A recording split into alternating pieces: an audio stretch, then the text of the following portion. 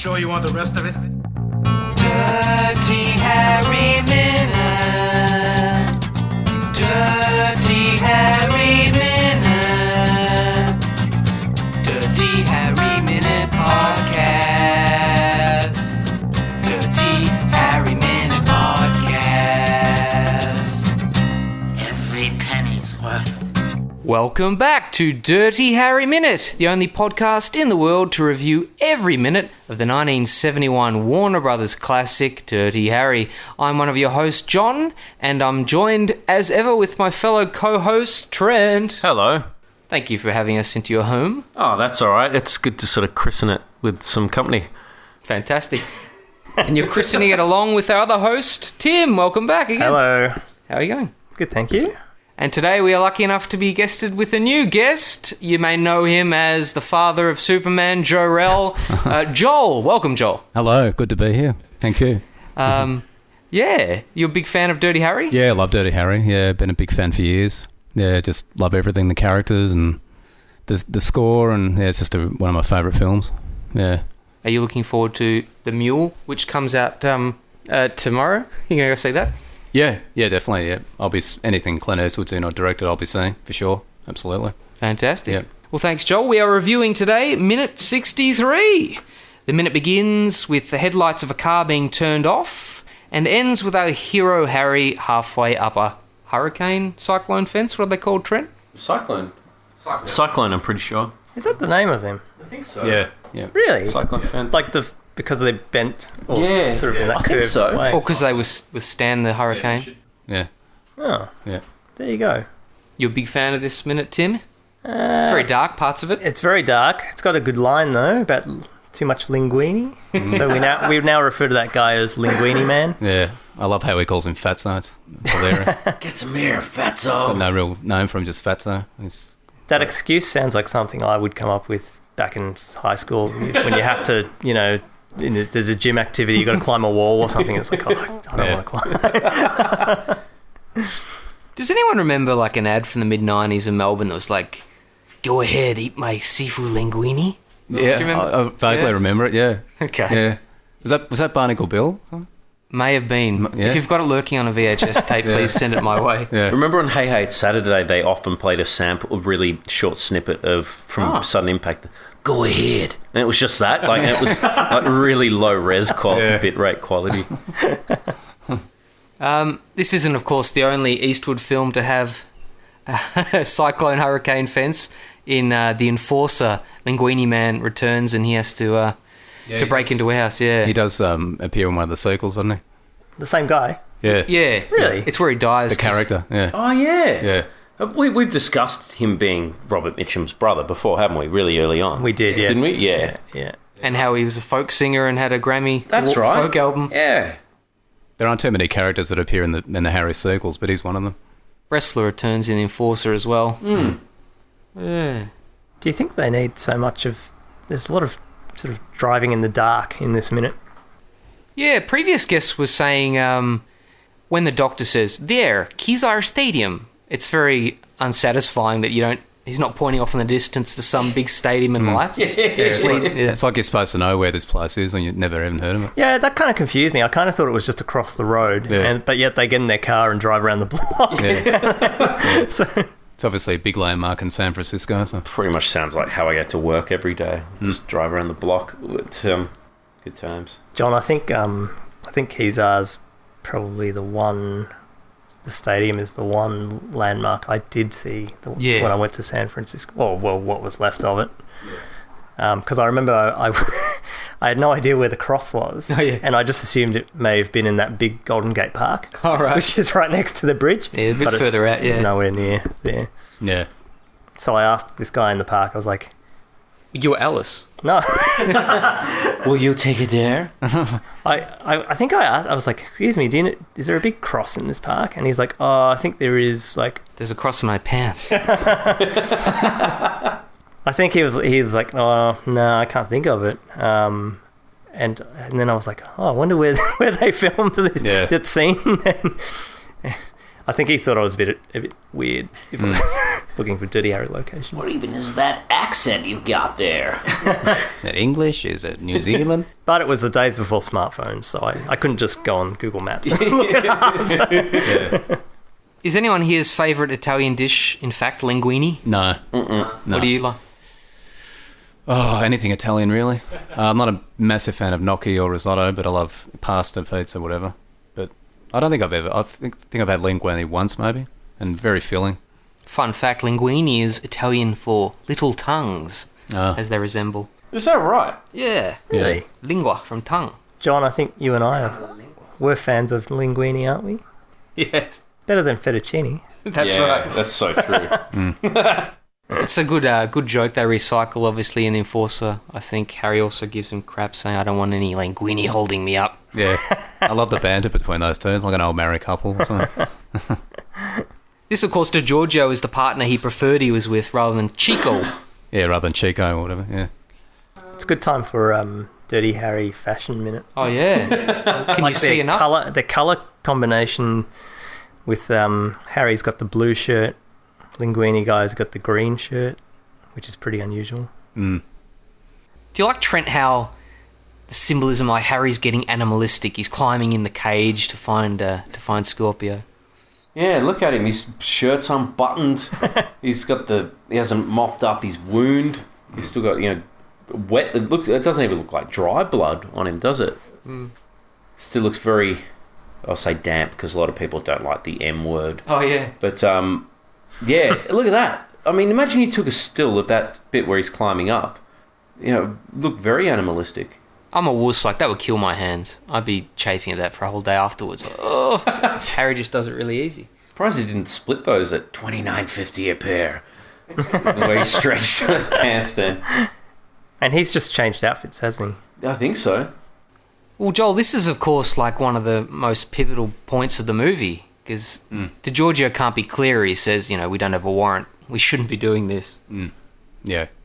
Yeah, exactly, man. I just love how he plays by his own rules, and this guy's just totally messing with his head the whole film, and he's just basically had enough, and he wants to sort of extract some, revenge, and it's hard to sort of know who to root for because I love both characters so much, but Scorpio is such a deranged psychopath, but he's such a lovable sort of psychopath, and Harry's he's sort of the guy you want to be in real life sometimes, like he just doesn't give a rat's ass about anything. He's just sort of attitude, and he doesn't play by the rules. And I suppose that was what the appeal of his character was at the time, wasn't it? Yeah, exactly. It's what led elements like this in the script, though, were what led the critic Pauline Kael to say, trampling on civil liberties like this, like most cinema goers aren't sophisticated. They'll just see this as red lighting, or fascism, or it's okay for cops to trample civil rights as long as they get the crook. And yeah, exactly. For a long time, Eastwood was associated with this role. It's he was a person non grata with the critics. Yeah, it's appealing. Sure. Yeah, you can sort of see that, like that sort of attitude and that sort of thing. With back in the early 70s, and just he sort of symbolises that sort of almost fascist sort of era, police officer playing by his own rules and that sort of thing. So but it's interesting. Trent loves the quotes I have, I think, in this movie, Tim. Which ones are they? Well, this is one from Eastwood himself. They're usually your own quotes. This quote's from Eastwood himself just a few years ago. He goes, The power of bureaucracy is increasing as our planet is shrinking and the problems of society are getting more complicated. I'm afraid that individual independence is becoming an outmoded dream. Was that Clint Eastwood or Alec Baldwin who just said that? There's maybe some Sean Penn in there. Sean Penn.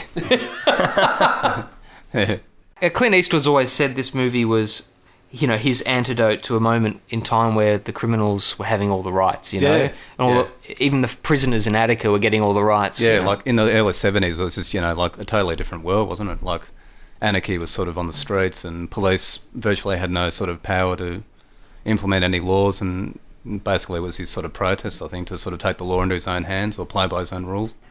That leads us into a quick plug for Joel's upcoming podcast, which is Charles Bronson Death Wish Minute. Oh, yeah. Covering every minute of Death Wish. Please, yeah. And the sequels as well. Including 5? Including 5, which I now believe is on Blu-ray. The Bruce Willis remake. Oh, no, I haven't seen that. No. I refuse to, no. I'm sorry, I just can't do it. There's another echo of Madigan, the film Don Siegel directed before this, where there's an illegal entry and the young girl says, "You got a warrant you could show me?" And Harry Gardino actually incidentally plays Bressel, where says, "Yeah, it's downstairs with the doorman," sarcastically before he arrests her. So, it's kind of the Linguini guy's character is kind of funny. Like he's pretty much just used as a comic relief in this film, isn't he? Yeah. I thought, like I joked, he looked a bit dignified with Officer Collins, but he never knew what hit him. And when he's with the body off the rooftop, but because he, like, I suppose they could have. As an alternative way of doing this, they could have... Well, they can't have Chico, but you might have just had Harry come here by himself. Mm. But they've obviously just wanted throw in a few jokes. Yeah. The Linguini guy. Even aside from the joke, the idea that there's a level-headed cop there saying, "We don't have a warrant for this, Harry." Yeah, I suppose, explaining to for the audience. Have we ever talked on this podcast, Trent, about the original title? No. This movie was Dead Right.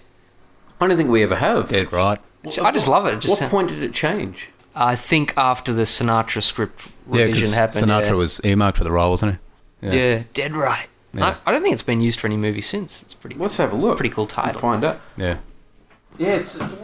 God, I absolutely love the idea of not so much alternate titles, but different proposals of how a film was meant to be, an alternate world. Yeah. Imagine Frank Sinatra in Harry. I mean, I much prefer this, but, Audie Murphy, the decorated war veteran, playing Scorpio, as was originally planned. Would have been a guy in his 40s playing Scorpio who was, deranged World War II veteran. Instead of some sort of ex-Vietnam hippie or something like that. Some young punk. Would you like Adam Driver to play Scorpio? Joel? Sorry, Joel. Who's Ann Driver? Adam Driver, sorry. Oh, Adam Driver, sorry. I was thinking, is that Mini Driver and Anne Hathaway? I could sort of see him playing, yeah. A bit more emo brooding. Yeah, I could sort of see that. He wouldn't be nearly as entertaining as Andy Robinson, who was just born for the role and has done little since, really, I think, from memory. But I think if we were going the cool, calm psychopath, like the modern psychopath, obviously Javier Bardem might be interesting. Yeah. He could throw in the campy elements, like from that shitty... Was it Spectre? What's movie? Spectre, yeah, he was in that one, wasn't he? Or was he the one before? That was Christoph Waltz. Yeah, Skyfall. You ever been with a man Bond? And he goes, "Who's saying I haven't?" Yeah, that was a bit... Well, while you're looking up... I found it. Oh. I found 5 titles here, 5 entries here on IMDb with the title Dead Right. One in 1993. This home movie features a cop named Barry Stern who has to hunt down a serial killer in the style of Dirty Harry Meets Airplane. Directed by Edgar Wright. Oh, wow. Holy shit. It's like early Edgar Wright. It goes 39 minutes. Filming took a whole year and shot on weekends. Okay, cool. That actually might be worth checking out. Second one, 1990, also predates that one. It's an undercover cop thing. I do not know any of those names. A guy called Stephen Mitchell directed it. And then we've got Dead Right 2011. Brutal, ruthless, deadly. He's flawed that way. Directed by Daryl Daler and starring Michael Martin. Yeah, something, I don't know.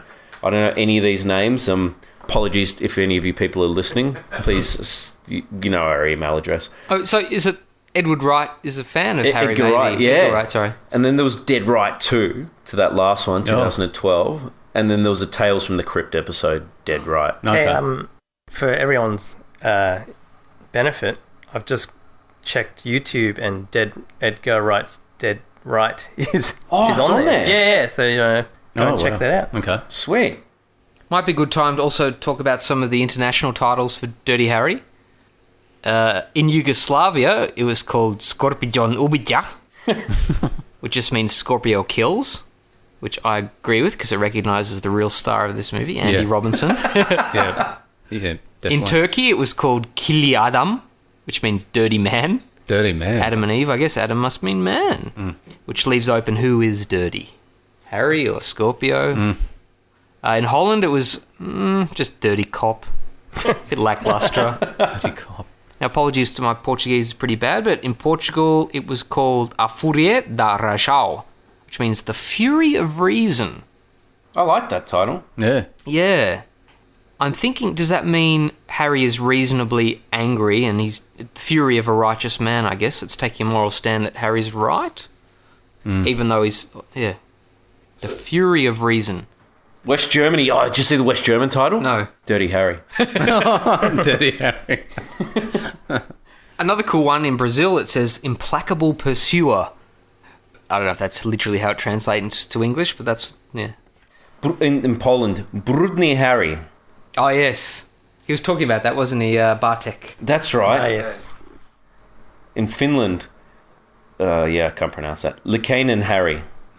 And in Greece and French Canada, it was just Inspector Callahan. Inspector Callahan. afraid to take a position. Inspector Callahan sounds like a comedy or something. A prequel comedy.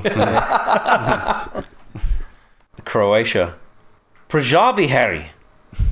Excuse my... everyone else is doing all right, but excuse my shitty Australian accent. It's the most stilted accent in the world, but anyway. But apparently the most versatile in impersonating other English accents. Is that right? Yeah, so I've heard. Yeah, it's in the middle. You can do the ers and America, and you can do the English clip sort of, I'm going to Port Hope to find my dad, the Canadian as well. Oh, wheels. It's about time. Do you remember in Freaks and Geeks? Sorry, isn't there a Dirty Harry quip or line? Ooh. It wasn't me. It was Callahan or something. I remember Seth Rogen saying that. I have to look that up. I've just rewound a bit too far to the previous minute. These are not your jurisdiction. But if you've got any comments? I've just saw that comment about the did Scorpio sell programs at the stadium? Yeah, he sold like programs at the. Yeah. Oh wow. Does he strike you as a sports fan? No, he doesn't strike me as a sports fan at all. No, you look at him and you don't think sports fan at all. So he obviously was just doing it for the money, then I guess. Yeah, and a place to sleep or whatever. I like the fact that he lives in the ground. That I don't know why that appeals to me, but it always has, like, he actually has a little bedroom under like one of the janitor's closet, the grandstand, the grandstand. I don't know. It's weird. You're a sports fan. Would you live in that place if you got free tickets to every game? Probably. Yeah. I think it'd be every sport nut's wet dream, wouldn't it? Like living in the stadium and getting free tickets and everything. So, but of course, unfortunately, we've just discovered that it had closed this year in 1971, and the 49ers had moved to Candlestick Park, so it was derelict at this time. Oh, so it's okay. So it's still there, is it? Or? It's now just an athletic racetrack. They've removed all the grandstands, and it's just like for yuppies to view their drones or run around. The Americans are pretty notorious for demolishing stadiums, so I'm surprised it's actually still going. Just playing the devil's advocate for poor Scorpio, Tim. Do you feel a bit of devil's advocate? Totally, a bit of sympathy for Scorpio that he's just living like a bum, a panhandler, living in this shitty abode. Not really, considering what he's done and about to do. Explain why you'd be sympathetic for him. You loser living in a stadium. The only reason why I'd be sympathetic for him is when I see him hobble, because he's a good hobbler. It's more like skipping like a girl than Yeah. Joel, do you like how we don't really know the background of Scorpio? Well, sorry, Tim and Trent bored with this question. We ask every guest, but do you like the fact that there's no background? Yeah, it's kind of cool. I don't think I really want to know too much about him. No. Like, you sort of make up your own mind. Like, I've read a few books about the film, and they say he's, an ex-Vietnam, veteran, and he's come back to America disenchanted with the world, and that's why he goes out on shooting people and that sort of thing. But I prefer sort of not to know. It's kind of cool just to sort of see him from that moment forward. And you can make up it's ambiguous. You can make up your own mind about what sort of driven him to do that and why he has so much prejudice and hatred for certain people in the community. Yeah. What backstory do you fill in for him? I don't know. Ex-sanitary, ex-asylum, like killed his mum with a shotgun, or just like a radical. He doesn't fit in society. He may have fought in the war. I mean, this was made in the early 70s, so he may have come back from Vietnam. He's got a lot of anger, and he just doesn't seem to really fit in. And he's just totally ostracised from everybody. And you can sort of see that in another scene where he's on the bus and he's just taken control of that and he has no sort of regard for anybody. Yeah. And he even hits, I think, the lady on the head, knocks her out or something. But You old hag. yeah. But I prefer actually not to know. Like, he's sort of... That's sort of the appeal of the character of Scorpio. Yeah. You're right. It's come up in the past in interviews that Andy Robinson's done, that he modelled this on a character that we call him Richard Skidmark here, Richard Bigmart played in Kiss of Death. Have you anyone seen Kiss of Death? No. I have to check Kiss it of out. Death, and they remade it with Maybe. David Caruso and Nicolas Cage. It's a 1940s film originally. Wait, Kiss of Death. He played some character that Robinson references always called Tommy Udo, some character. Who played it? Richard Widmark, Richard Widmark. who was in Madigan. I'm going to look that up. I want to know if it's the same one where David Caruso, aka of NYPD Blue fame at the time, was credited First above Blood. Nicolas Cage. Not that that matters now, but Nicolas Cage. What's happened to him? making films in Romania and Bulgaria. I seem to remember at the time when Kiss of Death came out that Caruso, he was the headliner, wasn't he? Like, Nick Cage wasn't a big star at that point. It was like 6 months before The Rock, when Nick Cage became like Action Man. He just won his Academy Award but hadn't become Action Man I don't yet. think he'd won it yet. Yeah. I think it was like a few months before that as well. Right. But leaving Las Vegas, wasn't it? Because Caruso left NYPD Blue to do that film, and then like his career plateaued, didn't it? After that, yeah, that South Park joke. Yeah, I do an impersonation of David Caruso's career, and then he jumps off the train. But yeah, that's right. His career never really sort of took off again after that. Well, that's pretty much all I have for this minute. Tim, any last impressions? I just want to talk more David Caruso. If Sorry, I'm going to stretch this David Caruso thing out. And it's a very tenuous connection because he was in NYPD Blue. Yeah. But is that a good show? it was well praised at the time. I can't remember. I've never watched it. There's a lot of nudity in it. I remember that. Is this a Dennis Franz one? Yeah, and then Jimmy Smits replaced David Caruso. Yeah. I don't mind Dennis Franz, actually. I think it's quite funny. He certainly didn't have a 44 Magnum. He had one of those snub... Yeah. In the still promos, it's always like a short 35. What was his name? Sibylwitz or something? I think the character's name was. Oh, yes. And he's like a bad-tempered, typical New York cop or something. There was also that Simpsons episode with Portrait of an Ass Grabber. Oh, yeah. The Homer Simpson story, starring Dennis Franz as Homer Simpson. Now I'm going to grab me some sweet. If you try that, I'll scream so loud that everyone in the country will hear. And the man in the White House? Not likely. With that, we'll catch you next time on Dirty Harry Minute. Dirty Harry.